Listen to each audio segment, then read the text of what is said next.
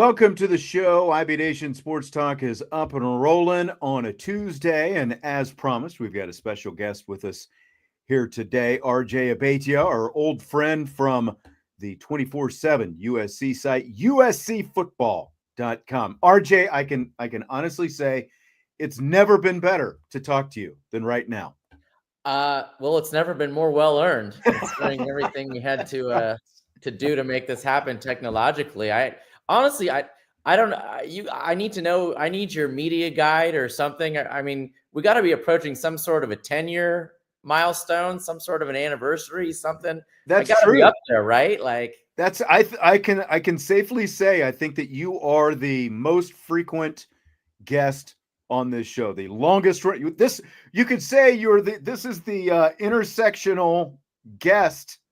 I guess RJ I am the Abeytia. intersectional shillelagh holder is what you're trying to say, basically. That's right. Well, good. I'm glad. That's going to the top of my CV as soon as we're done with this. So there you go. Glad to hear it.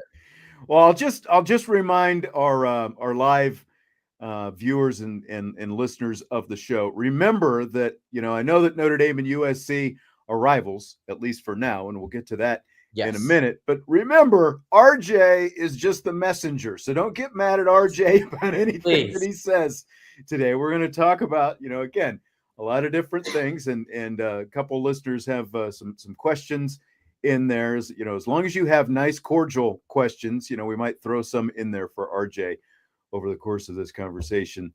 Don't ask anything you wouldn't ask Jesus. There you go. Let that be your North Star, your guiding light there. That's right. WWJD. Just keep that in mind this whole time. Well, let's just start right at the top, because I think what everyone wants to know, it seems like there's at least some reasonable doubt as to whether or not this intersectional series between the Irish and the Trojans is going to continue past 2026 when the current contract on this series ends. There's been some rumblings that that could be it these next 2 years, and out there at the Coliseum in 26, and that's it. So as we sit here right now, what's your confidence that this rivalry is going to continue past that? I mean, for me, look, there's two lenses that we always look at with this stuff, right? There's the objective, and then there's kind of the emotional. And to me, continuing this series checks both the boxes. So no matter where you're coming from, I don't see the downside. I think, Lincoln Riley had a quote maybe last media day. It might be a year old at this point, but he basically opened the door or publicly stated that it was something they'd look at if it came down to maintaining the rivalry and what was best for the schedule and what was best for the team and the program. And to me, I mean, I wouldn't be sympathetic about that in the old world, but now in a new world with a 12-team playoff where, it's come out recently. I think the NCAA had their meeting and they talked about how now they're looking at a 16-team model already.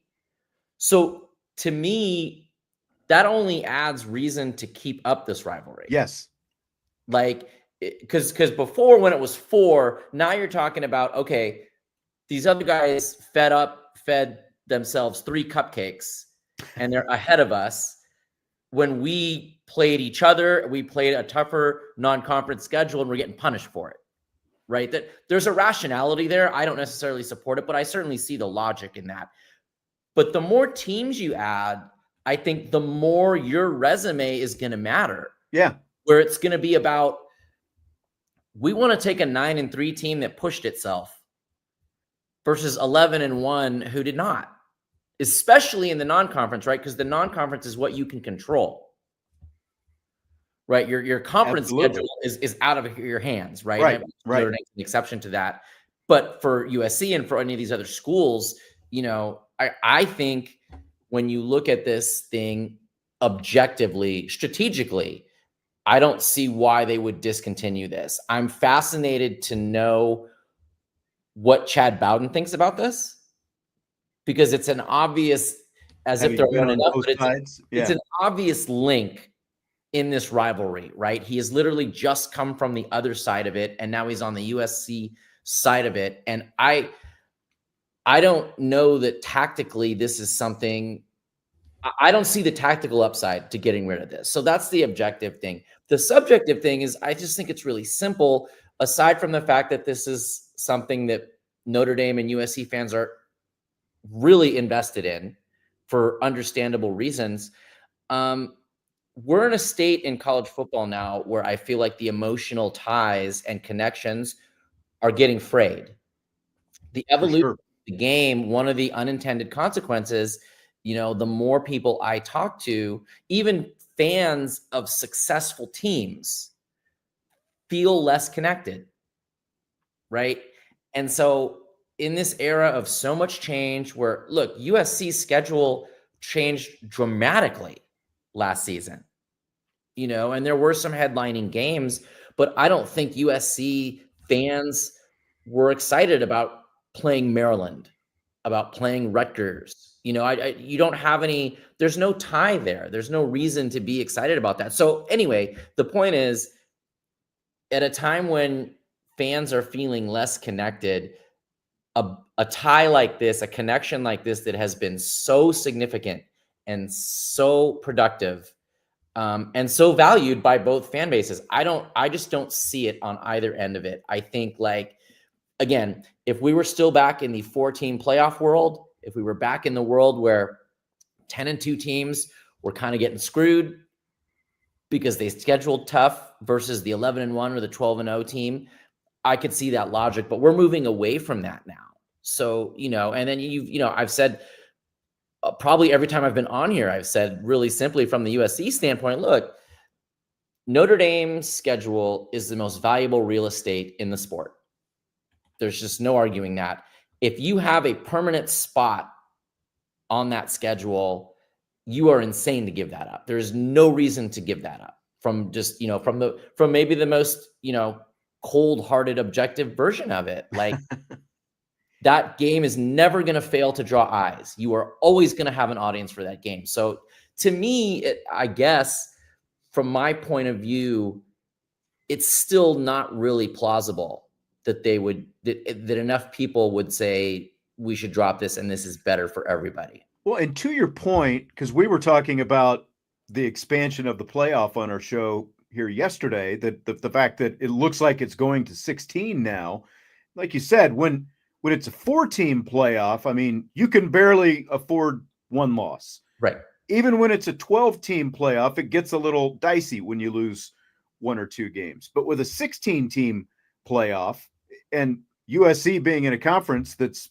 more likely than not going to get 4 automatic bids, plus the at-large bids that come with it, like, you can easily absorb 2 losses. So, like, when you look at USC, so even if they have been thinking about maybe it's time, we need to move away from Notre Dame because we went to the Big Ten, it just feels like if it's pointing towards 16, it feels like that's a lot more doable, and it makes sense to keep Notre Dame rather than potentially drop them, doesn't it?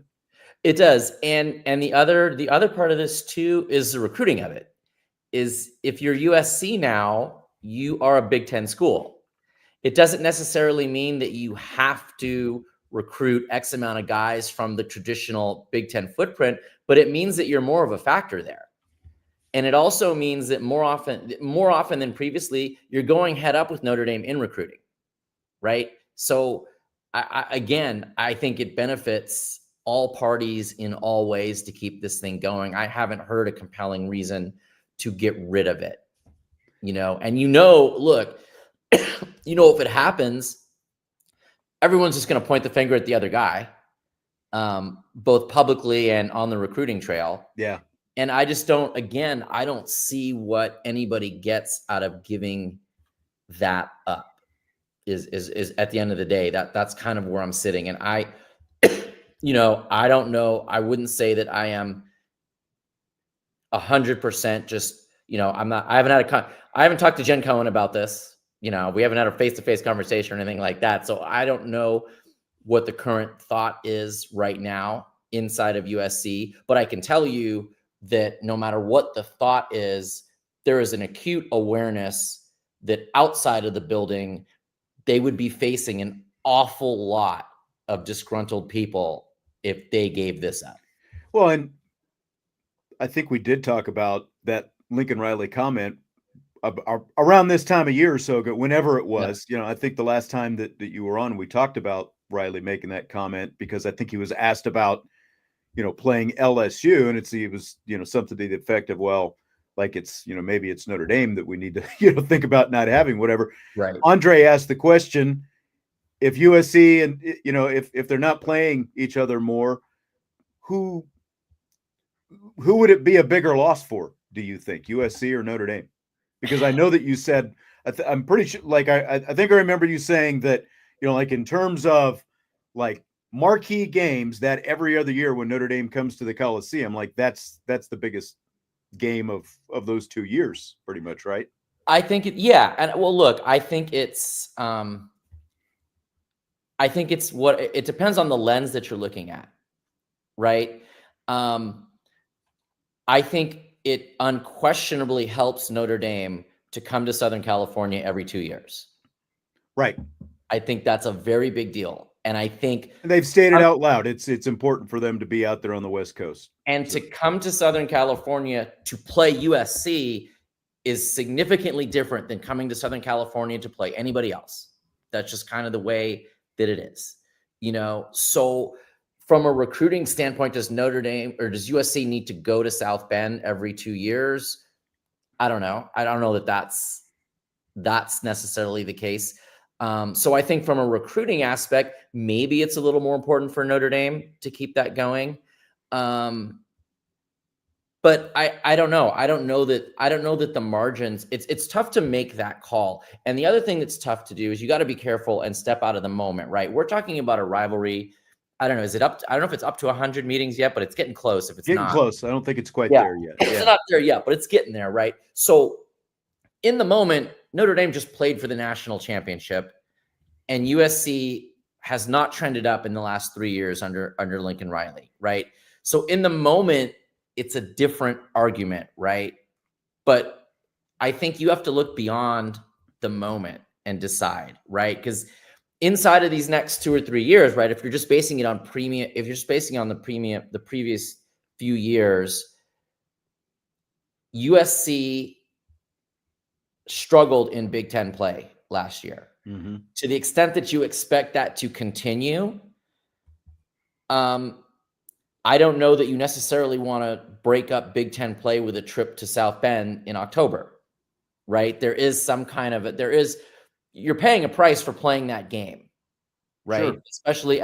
Especially as a Big Ten team, and the Big Ten schedule was not great to USC last year. I mean, the games were really close. So, I think like Notre Dame, for Notre Dame to carve out its own path to the playoff last year without needing the USC game to be a marquee win, I think in the moment, I think you'd argue probably USC needs this a little bit more to continue.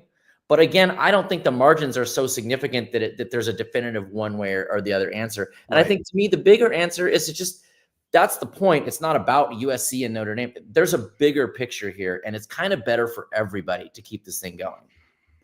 Yeah, everybody, including the game of college football, at large, because this is one of the top 5 rivalries in all of college football. And as you said, it's approaching, the century mark now at this point. And in a day and age where rivalries are going away because of all the conference shifts and everything else, I think it's more important than ever to be able to keep a game like it shouldn't just be Michigan and Ohio State, and that's the only rivalry we get because they happen to be in the same conference, next to each other. I think that there's a lot more to it, and college football really needs this series to continue, I think. Yeah, we're definitely on the same page there, and there's time. I also think the other aspect of this that we haven't talked about is, Notre Dame, until they join a conference, is eternally going to be the most desired school for conferences. And so for Notre Dame to be untethered, or to at least consider the possibility of being untethered, right, does give them some sort of a leverage, right? It gives them a little bit of a buffer in terms of we don't need to join your conference, and so I think that's a little bit of a factor. But again, I just, regardless of what Notre Dame's agenda is or where they end up in 5 years, or where USC is in 5 years, I don't see how there's an argument to be made that they're better off not playing one another. I agree. Beefeater had an interesting question. Is it possible, because NBC now has broadcast rights to Big Ten games, that NBC could keep USC from potentially backing out of the rivalry? That is a great question. I look, the networks for the moment are the drivers here. They're the drivers of the playoff format. They are the drivers of conference realignment. So you cannot dismiss the idea that they're going to have a voice. It's interesting because for NBC, it's kind of just a left arm, right arm deal, right? Like if it was like, if NBC's hope, or if somebody wants Notre Dame in the Big Ten, I don't know. I don't know how that actually would shake out. I think, first of all, NBC wants that game every 2 years, right? That's kind of a no-brainer. So the fact that they now have a relationship with the Big Ten, again, it's just another voice that's going to say, we want that game. Right. I think the interesting part of it becomes, actually, does NBC now push to get the Coliseum game every other year? Right. So because they've got that prime time slot. If you're NBC, you're only cashing in on that every other year, right? You're only cashing in when USC comes to South Bend because of your Notre Dame deal. But now you're a Big Ten, so now you're talking about a school that is within your new deal, and Notre Dame, which is the foundation of your whole pack, right? So now I think it goes the other way. I think it's kind of like, we want this game every year. How can we have that conversation? And again, I think it speaks to just another party who benefits by keeping this game going. Certainly, there's no one at NBC who would want to see this game go away. No, I mean, like, even from just the every other year when it is in South Bend in October, like at a very minimum. That, I mean, we found out yesterday that's going to be in prime time, like it always is. So of course it is. Right. And the other interesting thing about it, again, from like the cold-hearted marketing thing, in football, we've got all this flex scheduling, right? And so much of what unfolds in the season impacts a lot of these kick times. This is one of those games where you don't even need to know what Notre Dame and USC are going to look like. You've got a market for that game, guaranteed. Yep. Right. And Exactly. And even if you look at some of the biggest rivalries in college football today, a lot of them are based on recent success. In other words, they've got appeal because in the last few years, it's been built up. Without knowing what Notre Dame and USC are going to be, that game has a market. It doesn't even matter at this point. It's one of the few games that is kind of immune from that perspective.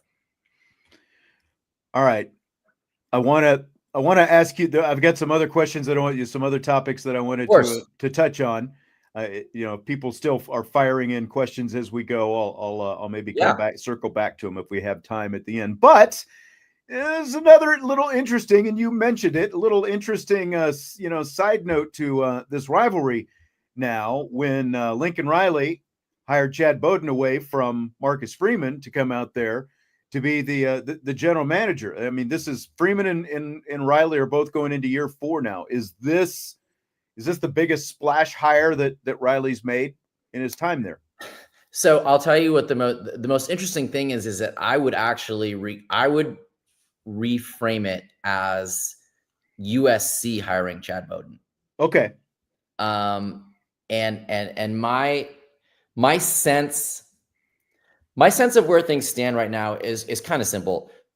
USC knows they need to make changes, and they've made a significant amount of changes in the last calendar year, going back to Lincoln Riley hiring Danton Lynn to be the defensive coordinator.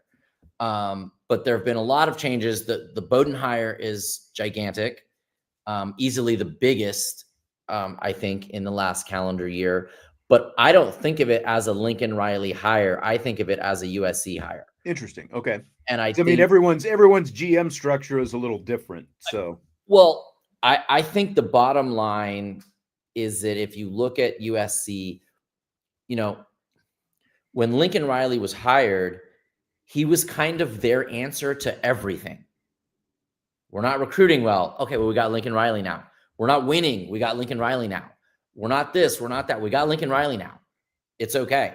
Well, 3 years later, that hasn't panned out, right? The record has gotten worse every year. And, the team has become less of a factor in each season. And so I have not heard anyone on or off the record say explicitly, this is a do or die season for Lincoln Riley. Okay.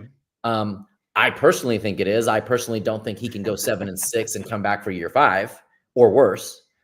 But regardless of that, I think what you're seeing at USC is a situation where they're trying to create an infrastructure that can win with or without him.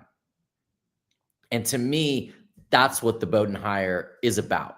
It's about professionalizing the recruiting and personnel departments at USC in a way that's much more similar to what Notre Dame, Ohio State, Alabama, Georgia, the way that they're running things, right? Because there's just this upper tier, and the more professionalized you're running it, the better you are. That's just where college football has gone now. It's an NFL mindset in a lot of ways. It's a professionalized mindset.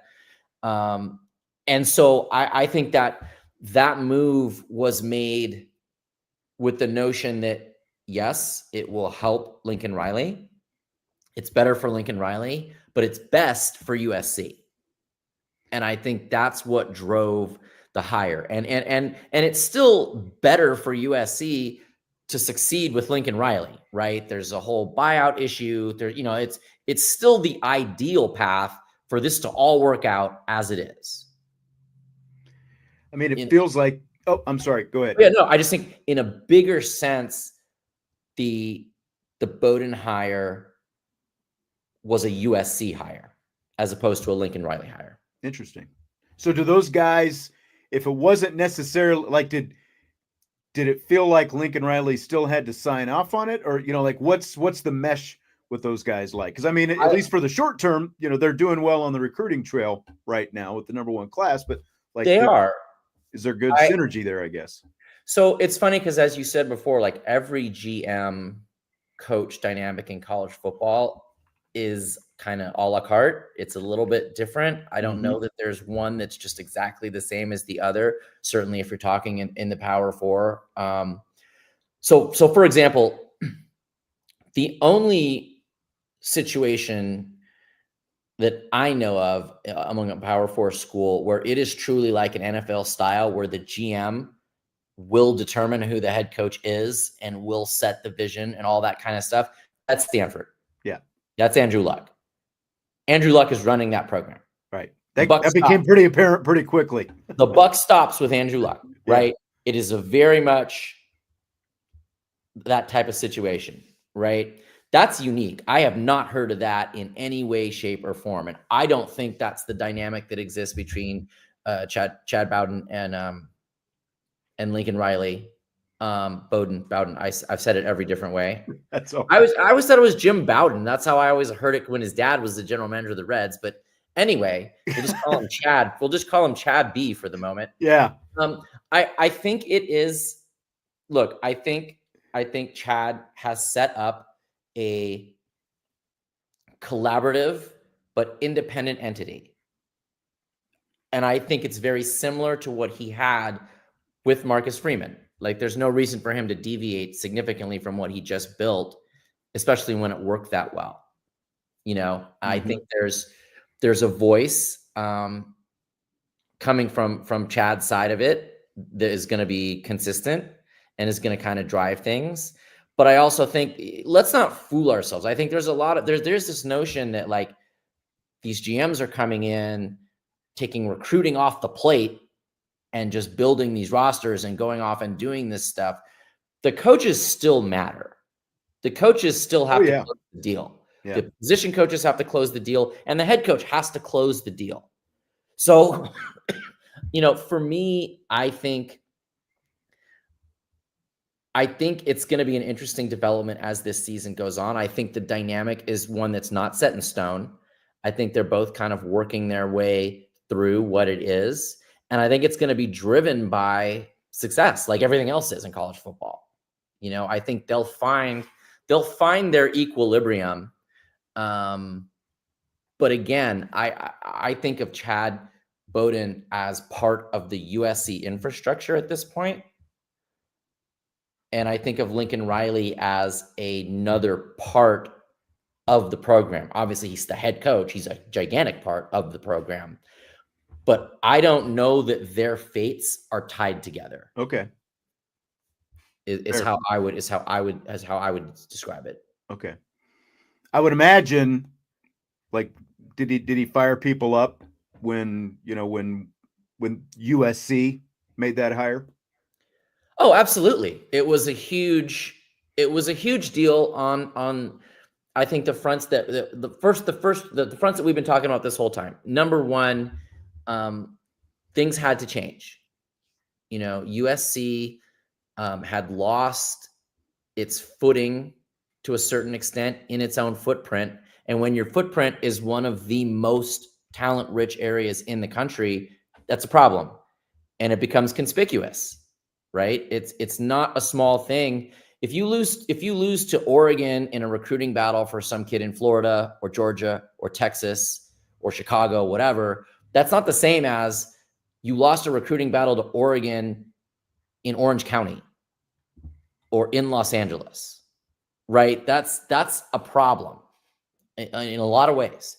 And so things had to change. And this was a very loud, very clear move by USC that they were ready to really and truly change. And I think you're seeing, even in the short term, you're kind of seeing the results of that. Now, I don't know that the expectation is that they're going to be the number one recruiting class come December, or that they're going to be the number one recruiting class every year. But certainly they are a force now that they weren't 4 months ago, right? 6 months ago, 12 months ago.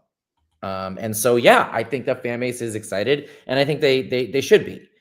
I do think the narrative tends to get a little oversimplified, that suddenly we got this GM here and everything's good and this guy's going to be the answer. Recruiting doesn't work like that. There are so many moving pieces and so many moving parts. But look, the bottom line is USC got more professionalized.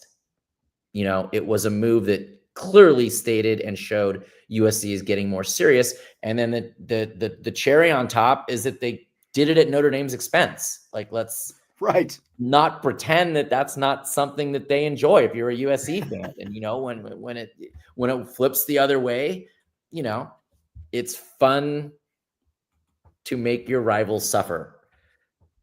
That's just, it's part of the fun of rivalries, right? That's what we're doing. Yeah. That's the fun of it. You know what I mean? That's, there are a million chat threads, I'm sure, with Notre Dame and USC alums on it. And there's give and take all year round, right? Yeah. And that's part of the fun of it. And look, Notre Dame's been throwing all the punches in a lot of ways, right? Over the last few years. So this was to see USC punch back in a way, I think was extremely satisfying. I'm going to slip in a couple listener questions here, and you can kind of, we'll kind of go through them here real quickly. From Elizabeth, do we think USC will do well in the Big Ten? Obviously, year one was not great for them, but she says traveling seemed to be tough on them. What do you think about that from a, year one? There's a long time left on their contract with the Big Ten.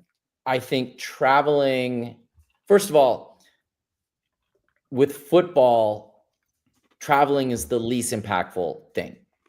Now, if you're talking about USC baseball or, some of these other sports that have that travel and have kind of had to deal with it, that's tough. Football, you're not really taxed significantly more. I think what hurt USC in the Big Ten was the physicality.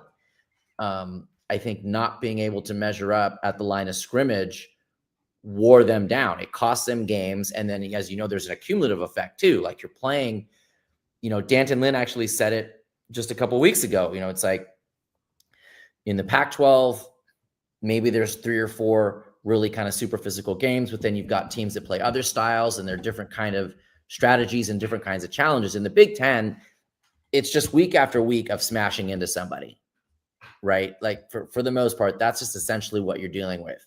So that was tough on them. So will USC do well in the Big Ten? That is entirely dependent on how USC addresses the line of scrimmage. And I think they've done a good job of doing that on the defensive side. Offensive line is a wait and see situation. But that's what it's going to come down to. The travel thing. Well, first of all, look, I mean, they've been traveling to Notre Dame for how many years, right? So it's not like the bulk of the Big Ten is just overwhelming, and they travel all over the country as part of their history. They've played SEC non-conference games. They've played ACC non-conference games, and again, with football, they're traveling pretty nice. They're hardly struggling. They're not, it's not that charter bad. flights make things a lot yeah. manageable. Look, it's not easy, and it's easier in a situation where you're making 1 and 2 hour flights for the bulk of your conference schedule. But that's not what tripped USC up last season. And you don't have to worry about, like James Franklin, the airport, the runway's too small and all that kind of stuff when you're flying in and out of Los Angeles. Yeah, exactly. Yeah. There's none of that going on. And it was interesting too, right? Because the other thing that people talk about with it was the kick times. And I think what people didn't factor in was, is it tough for USC to play a 9 a.m. body time game somewhere in the Big 12 footprint? Yeah, but it's also tough for Rutgers to play an 11 p.m. body time game. Yeah, which is what they did. That game, that when Rutgers came out to USC, that game was played at 8 p.m. local. That's 11 p.m. Rutgers time. You're playing a game at midnight, 1 a.m. in your body. That's as much of a thing as it is as making the USC kids get up and play a game at 9 a.m. So that thing kind of balances itself out. I think it's the physicality, it's being able to match up at the line of scrimmage and the ability to hold up over the course of a season when attrition's going to hit you like it hits everybody else. Did they get many noon kickoffs last year, noon Eastern time kickoffs? They didn't. It really, I remembered many. Yeah. There wasn't anything overwhelming. I mean, there was no like consecutive kicks like that. Again, if anything, look, they're kicking off. They kicked off. I think they played Maryland on the road. They played Minnesota on the road. They played those 2 games were reasonable kicks. The Michigan game was early. Okay. Was an early kick. But I'm trying to think of what else. The other road games were UCLA. That doesn't even count in terms of what we're talking about. They played at Washington again. That's West Coast. Doesn't really matter. So the kick thing really wasn't a thing. And I don't expect it to be. I think there is a sense of some equity with the Big Ten. If you're going to drag USC out to a 9 a.m., there better be something on the other end where you're dragging a Big Ten team out there at 7 p.m., 8 p.m. local. So, I don't think that's a big thing. I think you touched on this earlier, but we can kind of wrap up on this. Craig, is Lincoln Riley on the hot seat? How do fans view Lincoln Riley? I think the fans are very wait and see. I think, again, the arrow has not gone in the direction that people thought. And I think, again, part of that was changes that USC had to make, significant changes. But also a lot of this is changes that Lincoln Riley has had to make. I think hiring D'Anton Lynn was a nod to the fact that the way Lincoln Riley builds rosters and runs teams wasn't going to work categorically, but also it certainly wasn't going to work in the Big Ten. When you look at kind of the roster and you get into the weeds of like practice details and just the way you practice, Lincoln Riley gave D'Anton Lynn kind of free reign. Like if he needed practice to go a certain way, Lincoln Riley was willing to make those accommodations, which is kind of, that's kind of unheard of in his experience. But, I think he has had to change. A lot of this has been about him changing. There is only one staff member back this year who made the trip from Oklahoma with Lincoln Riley. Wow. And this is only year 4. Yeah. You do expect some attrition regardless, but I think that's also kind of indicative. They just fired their strength coach, who was one of the guys who goes back to Lincoln Riley's days at Texas Tech.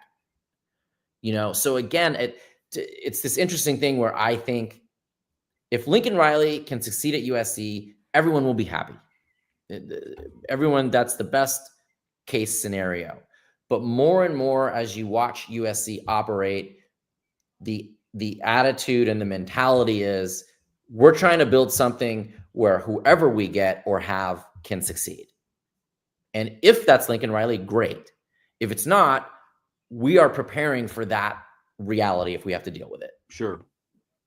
Keep the inner structure strong and then plug in whoever you think is going to be the guy. But I mean, I would think that the way, the churn with the head coaches that they've had, obviously, they were thinking Lincoln Riley was going to be the guy. So it feels like, does it feel like from that aspect, you mentioned the length of his contract, like from that aspect alone, just like because it has turned over so much that maybe he's got a little bit more wiggle room, a little bit more leeway, maybe than some of the guys before him. I mean, the buyout's not small. Let's just be honest. And even a school with the resources of USC is not looking to pay that buyout. Right. Especially now. Yeah. Nobody wants to do that. So, I just think that year 1 in the Big Ten, there's a little bit of a grace to that, because they didn't have a Big Ten roster last year. Yeah. I think they have more of a Big Ten roster this year. We'll see just how much of one they have. I think it's definitely better suited than the one that they had last year. But they didn't have a Big Ten roster last year. And they didn't have the recruiting infrastructure that they have now. So, I think that, again, I think he has to exceed last year to get a year 5. Okay. I don't think he can go 7-6 or worse and get year 5. Now, again, context is everything, right? Like, we don't know what attrition's going to do to their roster. If you lose this guy or you lose that guy, suddenly your expectations change in the middle of a season, right? You never know how that's all going to play out. You don't know for sure how demanding the schedule is going to be, right? It's hard to say. These teams are changing rosters every single year. There's a couple tough games where obviously Notre Dame is going to be a tough game. Michigan should probably be a tough game, right? But a lot of these teams change every year. So that impacts your lens. If this suddenly turns out to be a much more difficult schedule, for example, USC is going to Illinois. That, based on last year, should be a really tough game. If it turns out not to be, how are we evaluating this? Right. So I just think there's a lot of variables. I just think that the safest thing to say is that the seat's toasty. All right. We'll end it with that. A toasty seat for Lincoln Riley going into year 4 at Southern Cal. RJ Abeytia from the 24/7 site USCfootball.com. Great talking to you as always, man. Great talking to you. anytime. I want to pad now that I know I'm the leader, I want to pad That's my right. stats. I don't know who number 2 is, but I need to put up the leaderboard. Yeah. Yeah. I'm a stat padder. So anytime. Thanks for having me. All right. Awesome. Thanks, RJ. So RJ is out and Vince is in. Did I see you clapping in the background? That's a good interview. Good interview. He's always got good stuff, man. Always. Yeah, man. That was I was digging it. It was a good interview. Yeah. And it was nice to hear some of the things that, we as Notre Dame people believe about USC but hear it from the other side. You know what I mean? So it's always good to get a different perspective on some things. You know what I mean? A toasty, roasty little seat for Lincoln Riley going into year 4. I will say it is very interesting. The frame, and again, he's a media member, obviously, but he's a lot closer to it than we are. But he was kind of framing the discussion around the possibility of there not being a Lincoln Riley as the head coach. Yeah, because they're building this like structure around him of where Bowden sits in the hierarchy and all that kind of stuff. I thought that was very interesting. Was fascinating to me. Like, does that mean that Chad is like higher than is this an Andrew Luck situation where Chad could be like, yeah, you know what, we need to change the head coach, and then it happens? Like, I'm kind of curious now as to the hierarchy of this thing, because I think the way he described it, they kind of sit to the side. Okay. Because like he was saying, Stanford, as far as he knows, is the only one where the general manager is actually above the head coach. We were all shocked when that happened. It's like, whoa, yeah. I didn't realize he had that kind of power. Exactly. So that's a lot different. And that's like, full disclosure, that's RJ is a Stanford alum who covered Stanford for a while. That's when I first came on to RJ, as a guest, or he came on the show, like back in the radio days as a guest when he was still covering Stanford, and he's been at USC for I think 4 or 5 years or something like that now. So got the full West Coast perspective from it. It's a big difference going from Northern California to Southern California. Yeah, it's a little bit of a change of pace and the programs that you're covering as well for that. Yes, that is correct. That is correct. So no, great interview. He's always great. But again, good to hear about USC. And if we are going to do the USC over under, I want to be on that show. Oh, okay. All right. I want to be on that show. All right. Are you going to be here Friday? I think so. All 3 of us might be here Friday. I think that's probably accurate. Let me just double check the old schedule. Yeah, I'm good for Friday. Okay. Unless the conference track meet gets rained out on Thursday. But either way, I think I'll be able to be here. So Friday sounds like a plan. Okay. Andrew says Football Scoop reported last October that Riley's buyout is $90 million. I mean, as Andrew says, USC has money, but not oil money. That's $90 million. And let's, like he's talking about, like, if that's the case, I think he's got at least 2 more years before he's because obviously that buyout will go down as they get closer to the end of his contract. Right. And look, Football Scoop is a lot of things, but they're usually spot on when it comes to contract, verbiage and things like that. Like, that's kind of their thing. So I would believe that number, and that would make a lot of sense, because remember how that whole thing went down. Like, ship passing in the night. It was like the Colts leaving Baltimore. You know what I mean? It was like in the middle of the night, he got on a plane, and like this whole thing. It had to be an enticing contract, and that would be an enticing contract. So that doesn't surprise me. Yep. Okay, Vince, are you ready for rapid fire? I'm ready, man. Let's roll. I'm just going to go with the USC topic right off the top here. Let's go. To get us going, since we've been talking about USC this year and next year, 25 and 26, the only 2 seasons left on the current contract series between Notre Dame and USC. So if they don't keep playing, does Notre Dame need to do anything else to its schedule in terms of adding anyone, or is the Clemson series enough to fill that void? So I think the answer is yes, they do have to do something to fill it. And it doesn't necessarily have to be the same team 12 years in a row like they did with Clemson. But I do think that they need to get somebody else, or multiple somebodies else, that doesn't sound like good English. But they're going to need multiple people to fill that void because look, USC, whether they're up, they're down, they're in the middle, whatever, that's still a marquee game for Notre Dame. Mm-hmm. It just is. Like, I can't remember the last time Notre Dame played USC in the afternoon. You know what I mean? Like, it's a marquee game. It just is. And so that game needs to be replaced by something to continue to have a good schedule. Now, the retractors will say, doesn't matter what your schedule looks like as long as you win all of your games. But then those exact same people will be like, well, this schedule sucks. This is boring. There's no good games on it, but then Notre Dame went 11-1 or whatever and got into the playoff. I still think you need to beef up the schedule a little bit. It can't be a complete joke, regardless of what Michigan did in 23.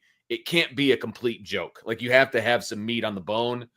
And Clemson by itself doesn't do that. Now, they have Texas and they've got Alabama and they've got all these different, and I get that, but they've got that already in place. And so I think you need to add to it a little bit. I do. I think my first call would be UCLA, just to see what their interest would be, because it is still important for Notre Dame to get to Southern California every couple of years. I mean, like keeping Stanford on the schedule is obviously important to them, and that's not even Southern California. That's Northern California. But if being in LA every couple of years is important, I would at least kick the tires on UCLA, see what the interest is.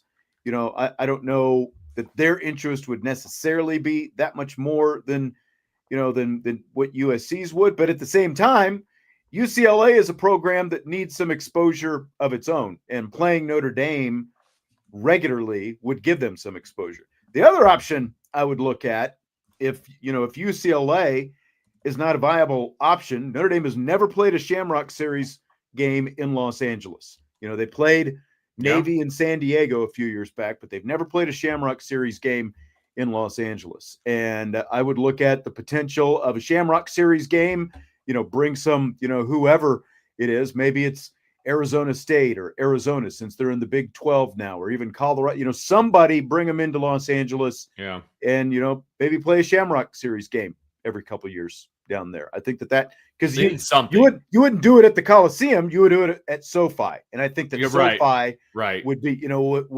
would chomp at the bit to have an opportunity to have Notre Dame play somebody there every once in a while. Yeah, so you need something on the schedule. And again, it doesn't need to be the same school every year. Like, it doesn't need to be that, but you need to add something. You can't just add a Tennessee State or a Kent State or something like that, or a San Diego State, as somebody put it. Like, you can't just add a group of 6 team to the schedule and be like, okay, we replaced USC. Needs to be somebody with a little bit of teeth. Doesn't have to be, like a Clemson or a Georgia or an Alabama or a Texas. But it's got to be, it's got to be something, man. Like, you can't just let that one go by the wayside and fill it in with fluff. Yeah, exactly. On the subject of scheduling, you and I are generally out on the idea of Notre Dame and Indiana meeting on the football field. Yeah. Now, I floated an idea last week with Jesse.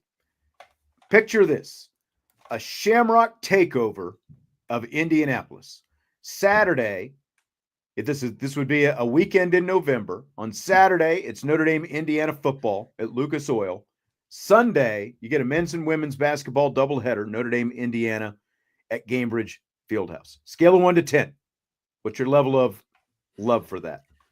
So when I originally read this question, when you first sent it over, I was like, this is dumb. I don't want to do it. This is like a 2. I'm very anti this idea. Then I started to think about it. And I started to think about it from a fan's perspective, right?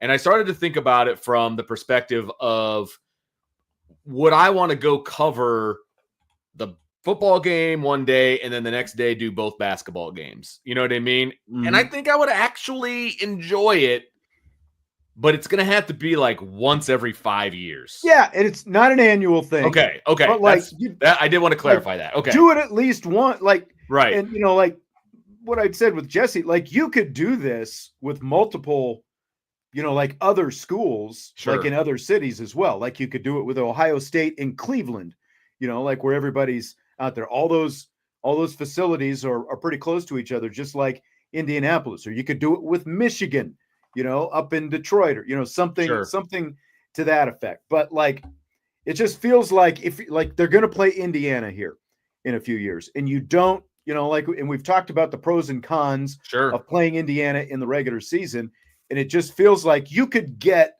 like a ton of fan interest doing it in a 2-day setting like that, where you've got football one day, men's and women's basketball the next day, where like from the basketball perspective especially, it feels like those games would be pretty competitive. So, Andrew, I just want to pull this up because this is part of the next part of my but thing I wanted to bring up. He says, I like it.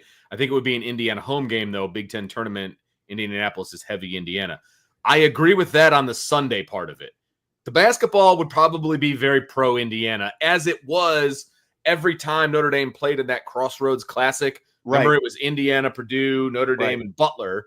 And it would always be a sea of red down there. It just always was. On Saturday, though, that's going to be more pro Notre Dame, I think, because there's more Notre Dame football fans than there are IU football fans. Mm-hmm. As much as like we heard about IU was going to take over the stadium on, during the playoff. Didn't happen. That did not happen. Okay. And if it's a Shamrock Series game, Notre Dame still controls the correct. Yes. Also a very solid point. So I think it would be pro Notre Dame for football. It would be pro IU for the basketball side, more the men's than the women's, but it would be. And if it's a doubleheader, you're obviously buying a ticket to both. You know what I mean? Again, because now NBC carries Big Ten, both football and basketball. So the relationship with Notre Dame and the Big Ten, NBC could televise all this stuff Saturday, and Sunday, because obviously they don't have NFL games to worry about until the primetime game Sunday night. So like you tip off the first game at noon on Sunday, the second one tips off at 2:30. You're done by 5 o'clock. You're wrapping up the whole thing, and then you still got 3 hours until NFL Sunday night rolls around and all that stuff. I would be for it. I think that would be a fun weekend in Indianapolis, to be perfectly honest with you. You drive down Saturday morning, you go to the football game, stay overnight, do the 2 basketball games, drive back Sunday. I'm kind of all for it, to be perfectly honest with you. I think hotels would be full. Here you go. Indianapolis would love it. listen, here you go. Here's the thought, right? If you're going to lose the USC thing, right? Thanksgiving weekend. That's Thanksgiving weekend in Indianapolis. Now, I mentioned that, and somebody countered that with state high school football. Ooh, that's a solid point. No, because I said you could do it like Black Friday, play the football game, and then the basketball game on Saturday. But literally, they play football Friday and Saturday. So you're absolutely right. You couldn't do that. So maybe a weekend before or a weekend after or whatever. But yeah, I think it's a doable thing. Again, wouldn't want it every year, but that was me. Acknowledge me. It was I am Tenzin, son of Aang. You are acknowledged. Man, you nailed it. That is absolutely best point you've had. That's a great point. I forgot. How do I forget about high school football? Oh, that's right, because I've never coached a state champion. But whatever. So yes, I think it's a good idea as a novelty, not as a not a regular thing. You're right. Not an every year thing by any means. Right. But like once. Even if it's once every 10 years, I think that, I think that you could generate a lot of buzz and excitement around doing all that in one city that. And then, like I said, like you could go to Chicago. Like, I don't know that Notre Dame and Illinois would generate, as much buzz, but again, but there's other pockets. Maybe it's like Notre Dame and Michigan, and you do that in Chicago, like with all the, because like Michigan's right there. Sure. But you do it at Ford Field, you do it in Detroit. Like I wouldn't have a problem with that. And you'd still have, it would be obviously more home game-ish for Michigan, no doubt about it. But you'd get plenty of Notre Dame fans up there as well. There's you would. Right. And you'd sell out the basketball games. It wouldn't be like, if you, I think you'd sell out all 3, to be quite honest. I agree. Like, especially Michigan, Notre Dame football. Come on. Yeah, because like there's some, like we went to, like the women did the Shamrock games in St. Louis and Washington, D.C., and they had good crowds. I don't know if I don't think that they were necessarily, packed to the brim. The place in Washington, D.C. was a little bit smaller venue. It was one of those G League, WNBA smaller venues, but like you could you would easily sell out Cambridge Fieldhouse if you were doing Yes. IU and Notre Dame there, especially if it's a men's women's doubleheader on the same day. So, all right. I'm glad I brought you around to that because again, I'm like you. Like I don't see the benefit in like the Crossroads Classic ran its course. It did. It got but now it's also been a while since they've done the Crossroads Classic. No, so that's true. Think you let enough time go by and you build up some interest once again, and you do, again, like a one-off deal every however many years. I mean, before last year, it had been forever since Notre Dame. I think it had been since around 88, 89 that Notre Dame and Indiana had played in football. Yep. So I mean, every once in a while, it's okay to take little brother out to the woodshed. Like I'm okay with it, just not every year, because then that's just bullying, and we're not We're not a fan of that. I like that joke. Kansas City with Nebraska and Notre Dame. That's not a bad idea. I don't see, but again, like I don't know, like if it's just football, then yeah, that would go over. But like if you were doing Notre Dame, Nebraska, like basketball doubleheader in Kansas City, I don't know. Yeah, I don't know how to draw. How much interest that would be. Yeah, you've got Missouri, like if you did it with Missouri, maybe, or even Kansas. Kansas would be. I'm going to throw because Kansas would be pretty big, right? The men's program at Notre Dame probably wants to build itself back up a little before bit. They like the schedule that one. Like the Kansas women have been to the NCAA tournament the last couple of years, so and the Kansas football football program is obviously better. They've elevated. Yeah, I think if it was Kansas or Missouri in Kansas City, you'd get some pretty decent interest in that. Yeah, you need to have in both the football and the basketball. Right, you need to have at least a draw from both football and basketball. Like that, you've got to figure out how that would work and which schools that would work with, because some of it just wouldn't. It just wouldn't. Exactly. Work, exactly. But yeah, that one would. Yep. So Notre Dame has 3 primetime home games this season. Over under 3.5 primetime road games the Irish will have this year. Well, and of course, when I read this the first time, I was like, I need to check out the schedule to make sure that always a good idea. Have this right. The teams are. So obviously, we know Miami game is already going to be at night, right? So that one's set in stone. So we got one for sure. Right. The other away games, and this is where it gets interesting. So I think it's a toss-up as to whether Arkansas will be a night game or not. I think Notre Dame has a decent shot of being 3-0 at that point. Arkansas' schedule is a little bit like they've got, I think, Bethune-Cookman or something. I can't remember exactly who it is, but they've got a very winnable game. They have a chance to be like 2-1 or something along those lines. So that could be a night game for sure, right? Then the away games leave a little something to be desired. You got Boston College, you got Pitt, and you got Stanford. Stanford sometimes is a night game just because it's in California, not because Stanford is any good. Right. So typically it is a night game. Just because it is. So that's maybe 3 at that point. And then to put it in the over, either Boston College or Pitt would need to be a night game. I'm going to take the under here and say that they're not going to have 4 away night games. I'll take the under 3.5 and feel fairly good about it. And honestly, after I set 3.5, I went, maybe I should have set it at 2.5. Yeah. But because there are only 5 road games. And the thing about Boston College and Pittsburgh, when they've played Notre Dame, they've played at noon before. They've played at 8:30 before. They've also played at 3:30. And sometimes there's no rhyme or reason to it either, by the way. Yeah. It's just kind of all over the place. Yeah. With those two, like when they've gone to Pittsburgh, they've played both day games and night games. And, like BC is kind of sneaky. Like they were, I think, a little bit better last year in year 1 under O'Brien than maybe some people thought they were going to be. But, like, are they going to keep it going this year?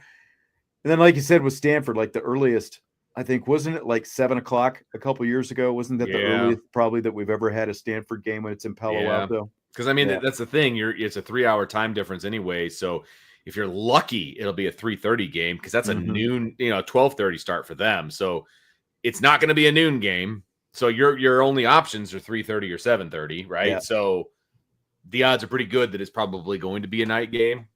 And I'm going to go, Notre Dame's last game. And potentially, if they win it, they go to the play. You know what I mean? So there would be intrigue there regardless of the opponent. I'm going to go under. I think Miami and Arkansas probably are. And then maybe, Stanford probably ends up being a primetime game just because it's on the West Coast. But other than that, I'm not seeing a fourth game. So no, I'll go under as well. So after they released their game times yesterday, do you like the fact that they announce all the kickoff times before the season? Like we get into the season for these road games and we're typically waiting to find out what time is it going to kick. They make this decision as the season goes on. So do you like that Notre Dame just sets their times in stone before the season ever starts? Or would you like them to keep it more flexible to allow, for better primetime matchups if they become available along the way? So I love it because I like a schedule. Like I like to know what's coming. This is true. Vince does not like gray spaces. Vince wants it black or white. Vince does not like middle ground. I don't. I hate it. It's got to be one extreme or the other. He wants Correct. everything to be set in stone 8 months in advance. He wants no deviations. So that's true. I asked the wrong guy this question. It's true, man. I like to know. It's why I make the schedule for this show like a month in advance because I like to have it set out so we know what's happening. And I feel the same way about the football games. Like I've got a spreadsheet. One of my tabs up here, right here, is my spreadsheet for the fall. And it's got the high school football games, my son's games, and Notre Dame games, and all the times. And so I know which ones I'm going to be able to hit and how I'm going to do it. And I like to have that plan in my head, ahead of time. So when the schedule came out the other day, I was like, yes, I get to fill in some of my spreadsheet. Like it was a dork's dream. So I like it. I do. I wish they would do that for the away games so we could at least. And I will say this: I don't travel to the away games very often, right? It would mess with my brain not knowing when a game is going to be that I would be traveling to. When you consider like flights and car rides and all of those different things, it's like, well, and that's kind of what Andrew was saying. Like because of all the national fan base that travels into Notre Dame, would it affect them that much? I guess the biggest effect would be if it's a 3:30 game as opposed to an 8:30 or 7:30 game or whatever. If it's a 3:30 versus 7:30 game, you still have a good chance of getting out of town after the game on a Saturday night. So from that aspect to what Andrew's saying, but I mean, otherwise it's just another night in a hotel and you fly out the next day. So it would have a little bit of impact, but at the same time, like even if you waited until like mid-October or like the first week of October to announce the November kickoff times, for example, like what happens than it is now? What happens if Navy loses 2 games in September and now that game is in prime time, for example? And aren't the odds that they will? You know what I mean? Like that's why the whole Navy at night thing is so perplexing to me. You are counting on Navy to be the team that they were last year. That's more of an oddity than it is a regularity. Mm-hmm. You know what I mean? Like so that's why that game being at night is very puzzling to me. Oh, like you're counting on them to be really, really good by that point, in the season. And look, they were really good up until, Notre Dame played them. And then they weren't in that game. And maybe that moment was too big or whatever the reason was, right? It just didn't work out that way. I don't know. I just think you're putting an awful lot of pressure on Navy.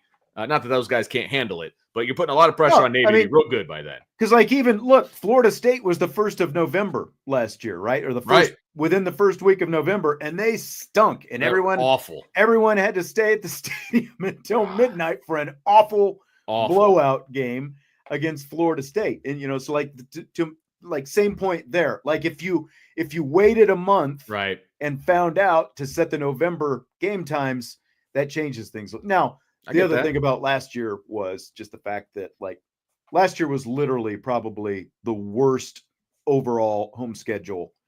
Like I've been here for going on 25 years now. It's like the worst home schedule that I can remember. So there really wasn't a whole lot of choice. It was going to be Florida State or like, it's not like you were going to move Virginia to prime time. Correct. So. Yeah, 100%. Like that one made the most sense by far because, it's a name. Florida State is still a name. They're still a brand. And they just were a terrible football team. Yeah, just a terrible brand. I mean, it's really bad, as it turned out. Fill in the blank. It's blank that MLB Commissioner Rob Manfred today removed Pete Rose, Shoeless Joe Jackson, and other deceased players from Major League Baseball's permanently ineligible list. Like, where did this come from on a Tuesday afternoon in May? Just dropped it right in the middle of the day, too. This is major news. This is major news that I feel like should have been more heralded than it was. Like, Rob Manfred was just like, NFL with your schedule release. You think you're going to get some headlines? Like, I've got a headline for you.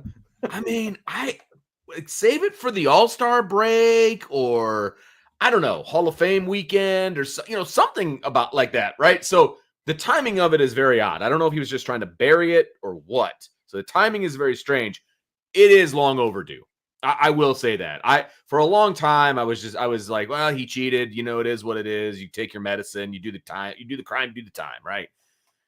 But with the way that things have evolved now, that literally betting is the lifeblood of American sports, like, how can you keep him out of the Hall of Fame because he was betting? He was betting on his own team. I get all of that. This is still a long time overdue, in my opinion. Part of the main rationale that Manfred used in the statement that he made this afternoon was essentially bans like Pete Rose had will last a lifetime, meaning as soon as your life ends, you can now become eligible again. So basically they're going to punish you until you're as long as you're alive. But once you're dead, you now become eligible. Shoeless Joe's been dead for a long time. Like, that's not great. That's not great. Well, it's kind of like he's been thinking about this for a while, and he was literally just waiting for Pete Rose to die. And I mean, it's only been since last October that he passed away.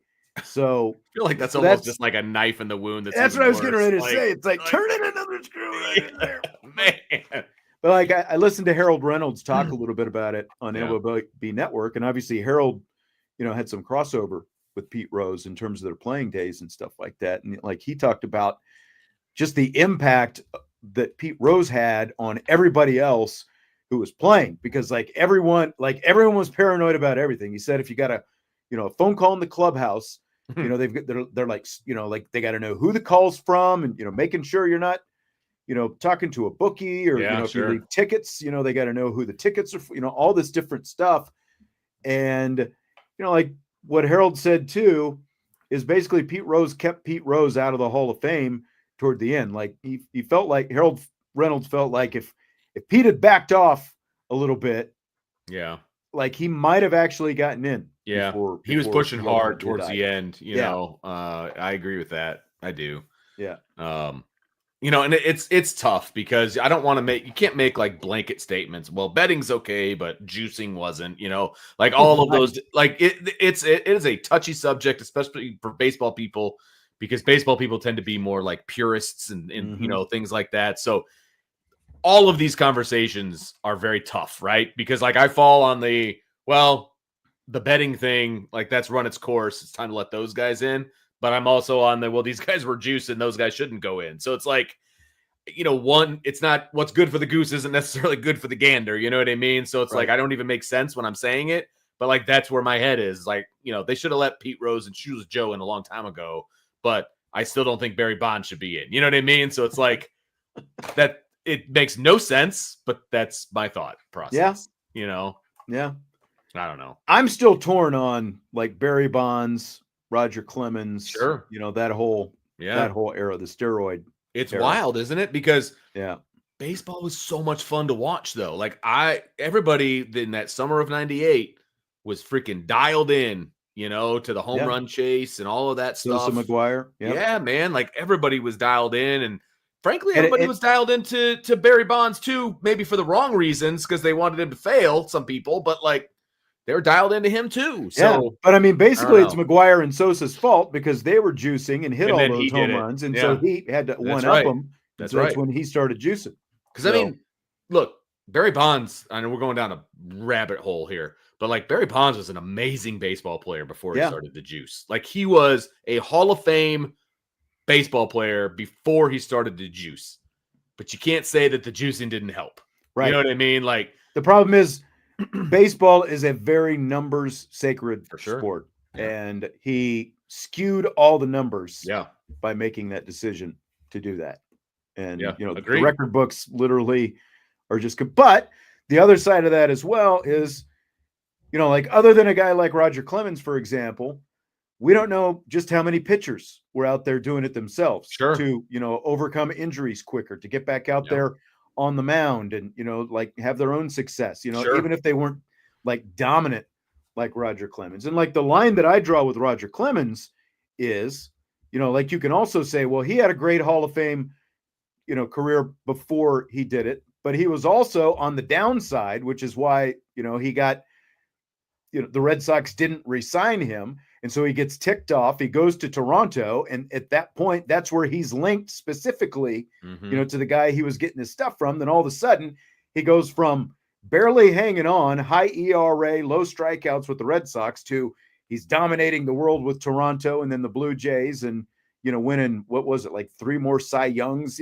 before it's all said and done. So like with him, there's like a very clear line to me. Like if he didn't do it, I think his career was all but over at that point. I think that's fair. And like I said, Barry Bonds would have been a Hall of Famer without it. Like with the stolen bases, the batting average, like everything that he was doing when he was in Pittsburgh was Hall of Fame worthy. You know what I mean? And now maybe his career wouldn't have gone as long. Obviously, he wouldn't be the home run king and like all of those things.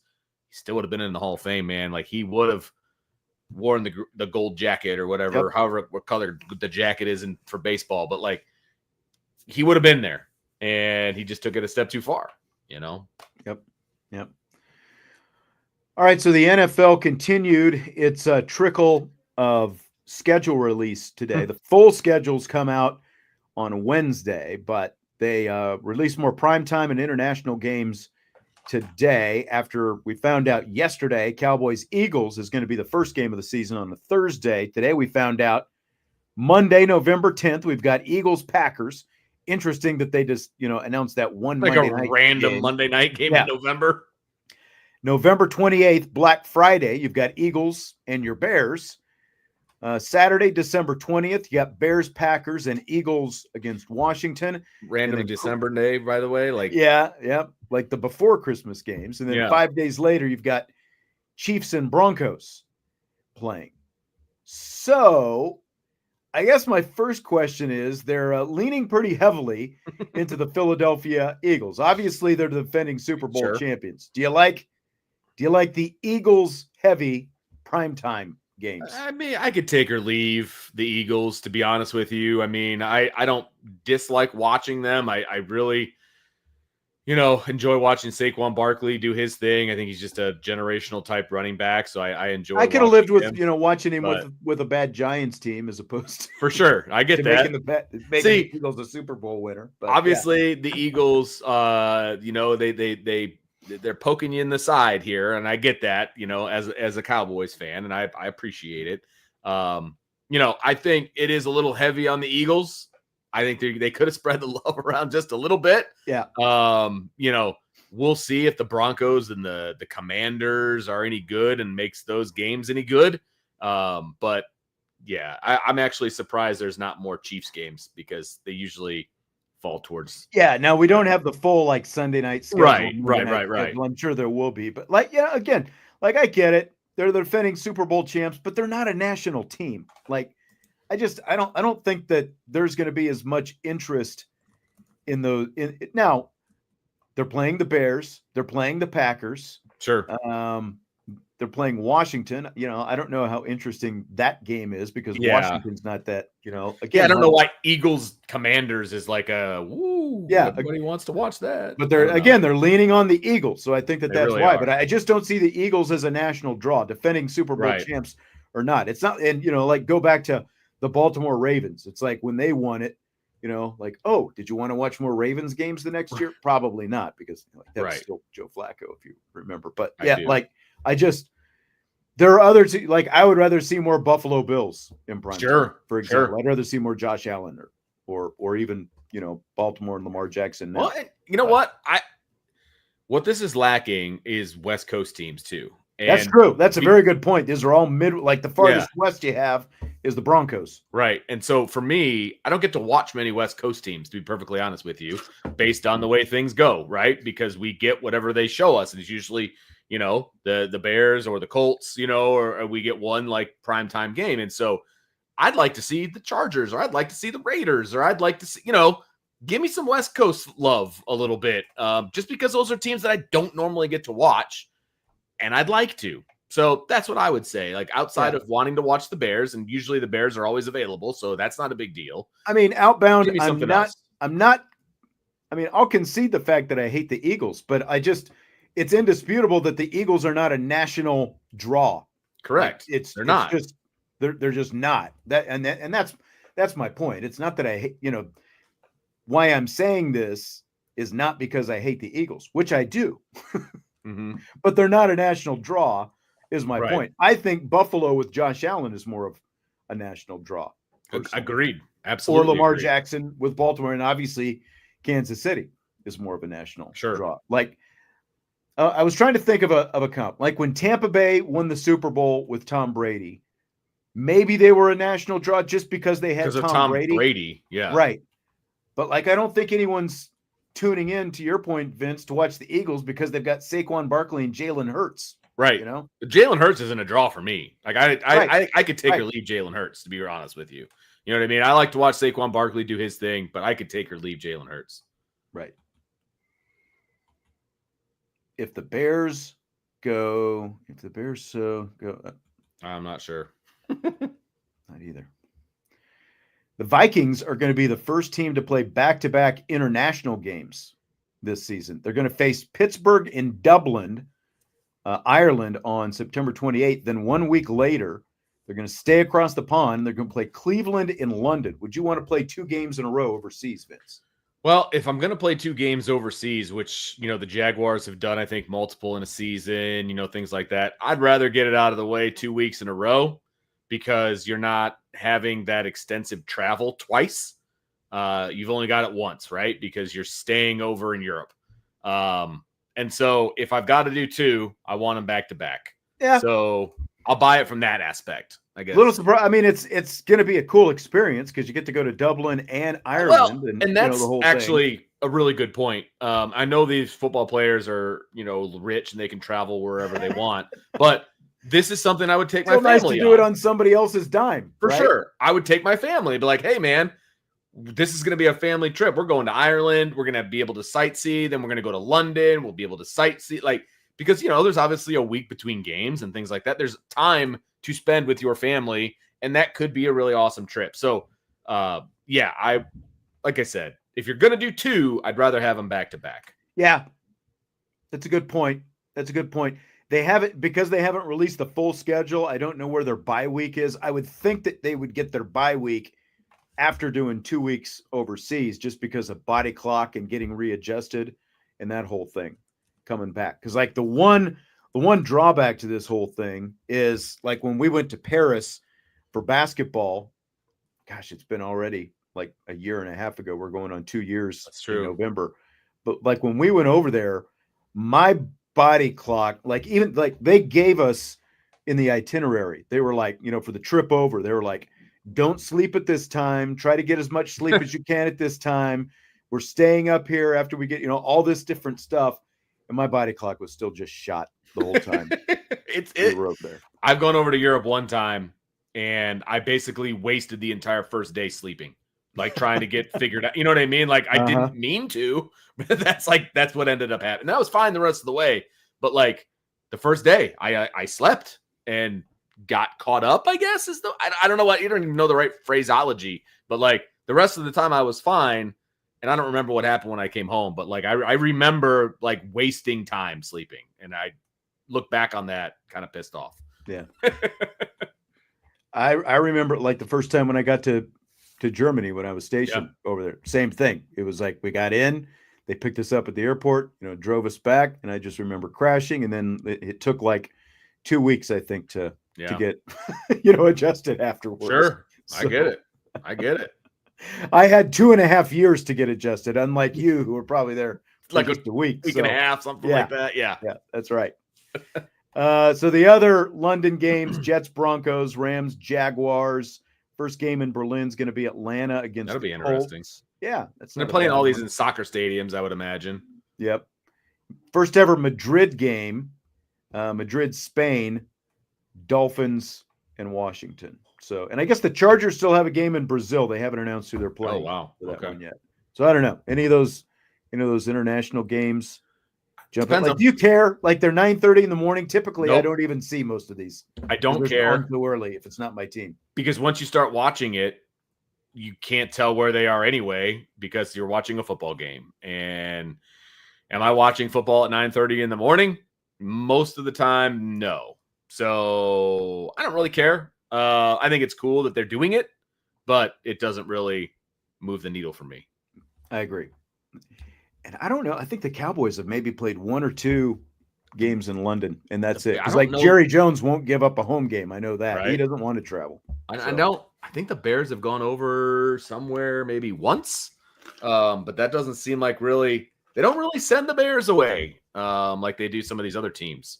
Yeah. So I don't know. I guess I really, They like those big market teams to be on at regular times. I think as much as possible. I think that's probably accurate. Yeah. All right, that's going to do it for today. Thanks again to RJ Abeytia for jumping in with us today. A lot of good stuff. I felt like if you missed RJ's interview, of course, you can always go back and watch the YouTube archive, and we'll have it up, whether it's iTunes or Spotify or wherever you get your podcasts. You can listen to it there, as always, with any of our podcasts. That's right.